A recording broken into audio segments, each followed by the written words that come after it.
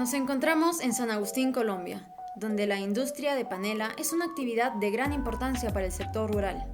Su producción inicia con la siembra y cultivo de caña de azúcar, la que luego se cosecha para ser procesada en un plantel llamado trapiche. En este lugar se extraen, hierven y clarifican los jugos, el cual es batido y colocado en moldes donde se solidifica y empaca.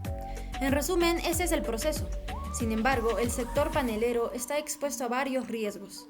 Conozcamos un poco más de su historia. Estamos en el trapiche comunitario de Azopromacol, Asociación de Productores, esta asociación de productores del macizo colombiano. Esta es de una asociación, 36 productores, pequeños productores.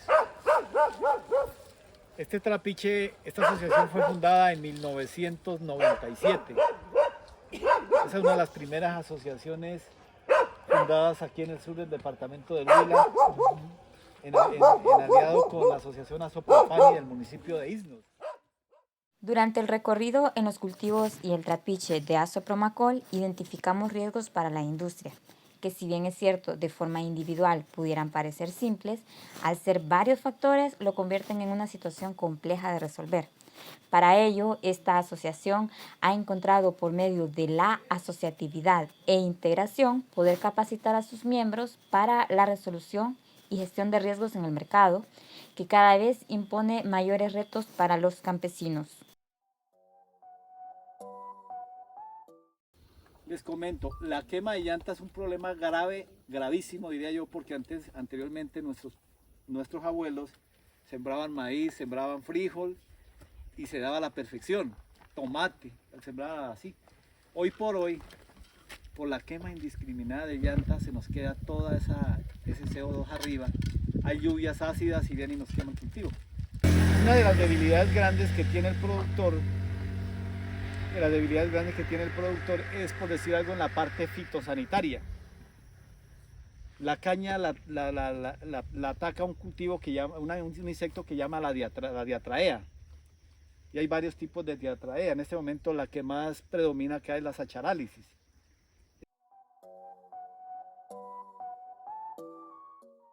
Las condiciones climáticas como tal no son un riesgo directo en la plantación, pero sí es un riesgo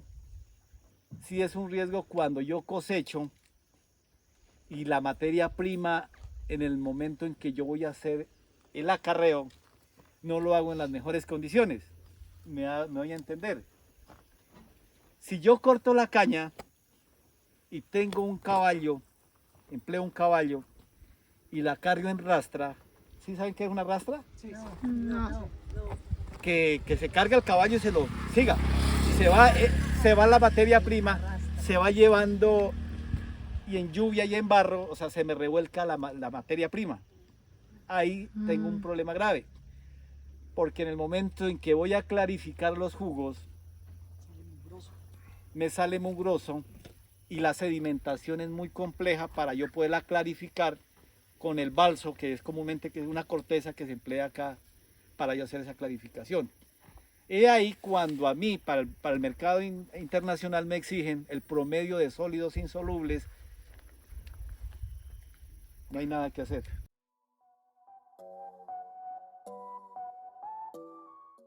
Un riesgo latente y principal es el tema laboral en el proceso, que es muy importante que se tenga en cuenta. Que ese es un tipo de riesgo, diría que un tipo de riesgo entre 4 y 5, digamos, dentro de las ARL, ¿no?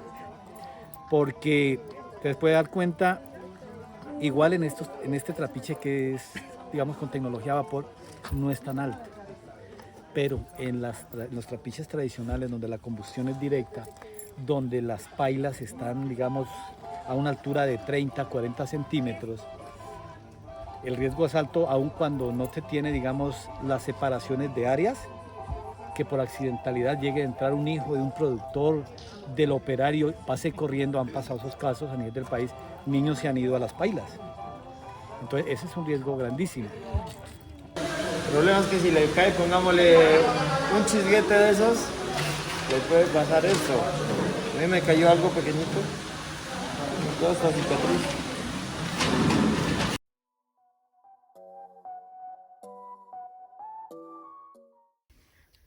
relevo generacional. En este momento no hay relevo generacional. Si usted mira a los cafeteros, yo tengo un amigo que es cafetero, el hombre se le iban las lágrimas porque se le cayó la cosecha. No consiguió trabajadores. Hoy hay otra situación bien importante que es de tener en cuenta, es el aumento de consumo, digamos en caña, el tema de panela, el aumento de consumo, que verdaderamente está incrementando el consumo, pero en este momento en el tema de Confe de Panela, de los estudios que estás realizando, hay disminución en el consumo. Y eso es preocupante. Y eso no se va para gasolina, oye, para sacar... Y eso es preocupante. Lo otro, y eso sí es importante que lo tengan en cuenta ustedes, un precio justo. Si hay un precio justo, hay estabilidad del campo. Si no hay un precio justo, nuestros hijos buscan la ciudad. Así se vayan a aguantar hambre. No encuentran a alguien que los reemplace. O sea que muy poca gente quiere dedicarse a eso. Sí, por lo que uno... Por peligroso. No por eso, sino que pues toca enseñarle al reemplazo y todo eso. ¿Cuánto tiempo te costó aprender? Yo llevo, trabajando en esto llevo unos 15 años. Desde niño. Desde pequeño, desde muchacho. Tu papá te enseñó. Sí, claro. Y como por acá es puro eso que se ve caña, nada más. Hay café, pero es muy poco.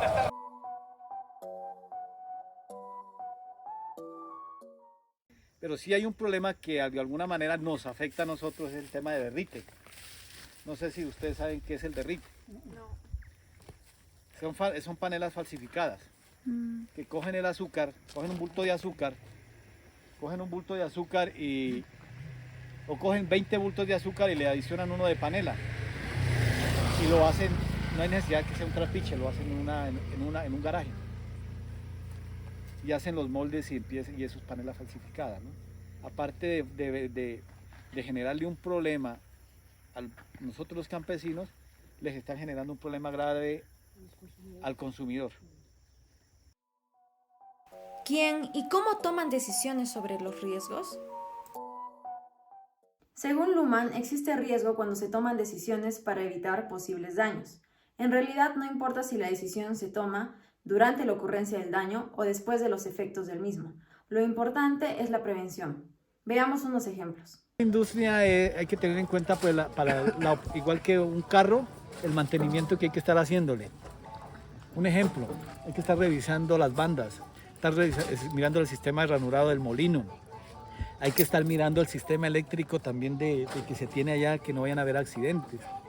Hay que estar mirando también el tema de la tubería, que no vayan a tener perforaciones, porque es un sistema de presión.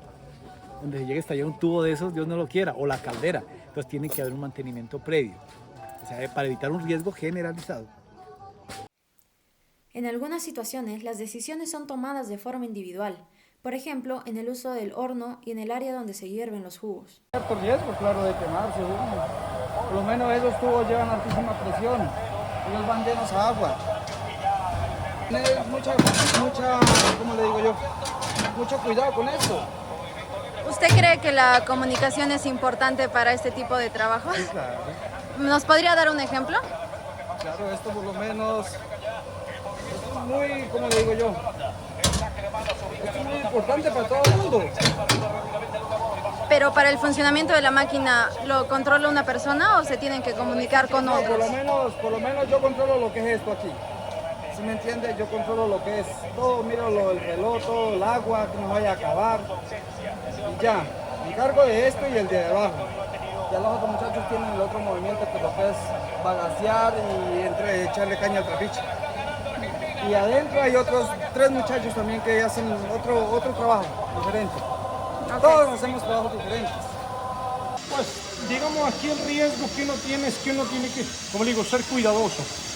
Porque esto se maneja a una temperatura muy tremenda, que no sé a qué temperatura terminará. Lo único que yo siempre le digo a la gente que donde la miel de la de allá abajo le cae en el cuero a uno, no críe pelo. Eso es algo que espero, porque ve, yo cuando era niño me quemé con miel aquí, vea. Y vea, ya estoy ya esta cicatriz aproximadamente unos 30 años. Y nunca le cría uno pelo donde le caiga. Sí, vea. Por aquí así, vea. Todo esto son cicatrices de la miel. ¿Y cómo se comunica el riesgo? El riesgo se comunica mediante las reuniones de capacitación que organizan los socios, sobre todo respecto a las nuevas exigencias estatales en el sector. Lamentablemente, quienes no conozcan las reformas o simplemente no quieran acatarlas, corren el riesgo de que sus panelas no puedan entrar al mercado. Un ejemplo se da con la exigencia de que la panela debe ir empaquetada para su distribución y comercialización, situación que antes no era obligatoria, ya que se distribuía sin ningún tipo de empaque o envuelto en la hoja de caña seca. Retos en la comunicación. Según Fleck, el principal reto de la comunicación del riesgo se da porque no todos compartimos el mismo estilo de pensamiento. Para conocer el estilo del otro, este debe popularizarlo en el medio y posteriormente será legitimado por los demás. Este producto tan bonito y un error que siempre pasaba, no sellaban el producto. Le voy a poner un ejemplo muy puntual y perdonarán, que yo siempre cuando estoy en las capacitaciones lo manifiesto. Ustedes saben, una pasta de jabón, ¿cuál es la finalidad? Una pasta de jabón, ¿saben cuál es la finalidad? Listo. Un papel higiénico, ¿saben también cuál es la finalidad? Y si han mirado que todos estos elementos llevan empaque. Sí. Llevan empaque. Entonces un producto como la panela, ¿por qué no debe ir sellado? ¿Sí? Que es un alimento. Entonces, eso es de las cosas que uno también en las capacitaciones tiene que infundirle al productor, que es muy terco, perdonarán la expresión, de que eso para qué, que eso no hay necesidad. Entonces, es precisamente para evitarlo. Ustedes van a las plazas de mercado a nivel del país, encuentran aún plazas de mercado donde la panela no tiene este plástico, esta protección. Es por ello que se necesitó invertir tiempo para que los socios pudieran compartir sus formas de pensamientos y tal vez aceptar nuevas formas sobre el empaquetado. Otro reto de la comunicación del riesgo se da por la distancia cognitiva. Esto se da porque una persona desde su profesión, experiencia o la vida en general tiene diferentes categorías mentales o formas de entender las cosas. Por ejemplo, Edgar es administrador, ingeniero, yo soy abogada y los riesgos fitosanitarios o cosas así son muy difíciles de comprender para mí. Tanto Asopromacol como Fede Panel están trabajando muy duro para reducir las distancias cognitivas.